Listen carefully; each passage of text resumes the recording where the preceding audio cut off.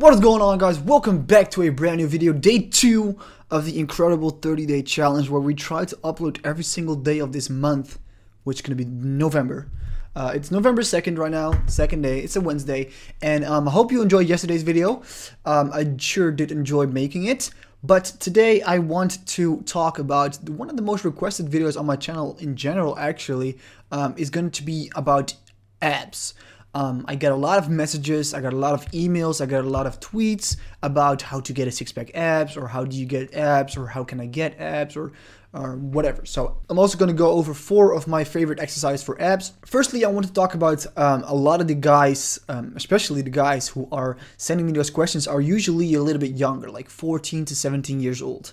And I do understand that. I do understand why you want a six-pack abs. Myself included at that age really wanted the six-pack abs. For some reason, it is cool to have a six-pack abs. So I do understand it. To get a six-pack, it's not really hard because everyone has one. But just some guys have it covered with a little bit more body fat than others, and some guys are just genetically gifted with some symmetrical abs or like a good midsection. So a couple things go into the abs. It's not just training, because a lot of guys, how can I train to get abs? Wow, the diet is the most important thing if you really want abs. So if you're really going for abs and you don't have them because you are a little bit more higher body fat, then you have to diet down to actually see the abs, because you have to understand that everyone has abs. Like, it's a muscle in your, like, everyone has arms, like almost everyone, I'm sorry, but everyone has a bicep muscle when they get born.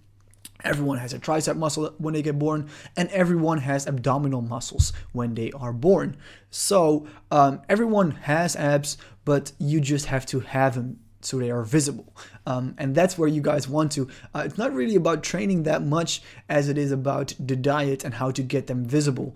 When I was younger, like 14, 15, I was really skinny, as I said, so I had abs, as I don't really count them as abs because they're just, they weren't really developed. So you can actually develop them more, but just when you are skinny, you probably have abs. I did try a lot of different ways to train abs. I did non-weighted stuff, I did weighted stuff, I did every single day, I did like 2 or 3 times a week, or I didn't train them at all for a while.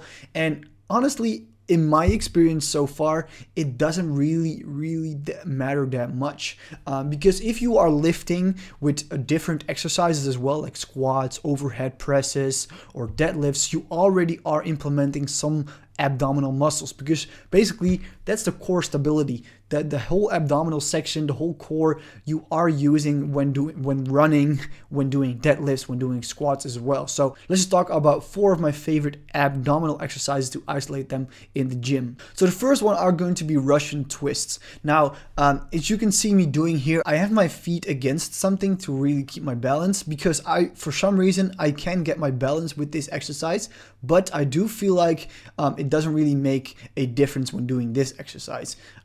Just because this exercise is more focused on the obliques and more of the twisting areas of the abdominals, so more of the sides, than doing more of the midsection of the abs, which in this case, when doing Russian twist, doesn't really make a difference if you have your feet against the wall or in the air. Have a little bit of a difference, of course, in the full ab section, how it's being worked, because you're obviously balancing, and that also helps with developing the ab muscles. But if you really want to isolate the obliques, for example, or the serratus, it doesn't really make a difference if you do it against a wall or something like that. The second exercise I really like doing is a weighted exercise. So that means you actually add weight to the movement, which is going to be the cable crunch exercise. And this exercise is really nice, but you have to do it in a correct way, because it can be a little bit of a difficult exercise when you've never done it before.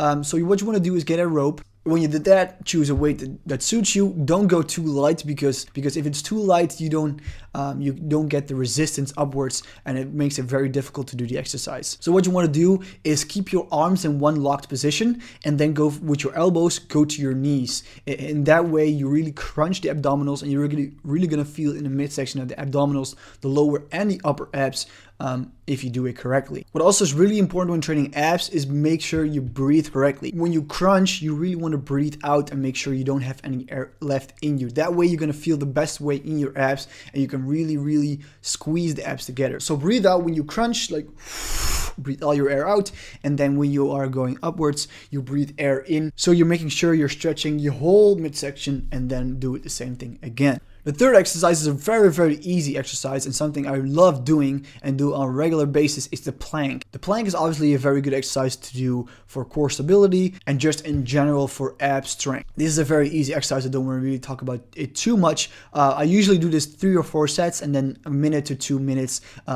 If you do it often, you're obviously going to train yourself to be able to perform it for a much longer time. I think the world record is like 17 hours or something stupid like that, which is crazy, but 1 to 2 minutes is probably gonna have you struggle a little bit. What you also can do if you really want to get crazy is add some weight on your lower back so it's extra heavy for you to keep up. And the fourth and final exercise is something you see me do so many times in videos, is the hanging leg raises. I like this exercise a lot because I can really feel it and it's really hard.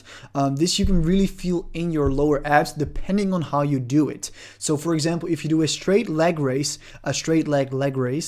you're really gonna feel in the lower part of the abdominals. If you do it a little bit with bended legs and you bring your knees to your nipples, you can also really feel it in the upper abs. It depends on how you do the movement. So yeah, those were 4 of my favorite exercises for abs to do. I really hope you enjoyed it. As always, guys, if your abs are not visible, you got them, but you just need to diet down to a body fat level that you can actually see your abs. So don't be alarmed if you don't have abs, because everyone has abs, but it's a very common mistake to think that you have to just train abs to get abs, when in fact, it's actually just body fat. Thank you all so much for watching. I really hope you enjoyed it. Tomorrow I'm going to record a vlog, so I hope you are going to be enjoying that too, and I'll talk to you guys in the next one.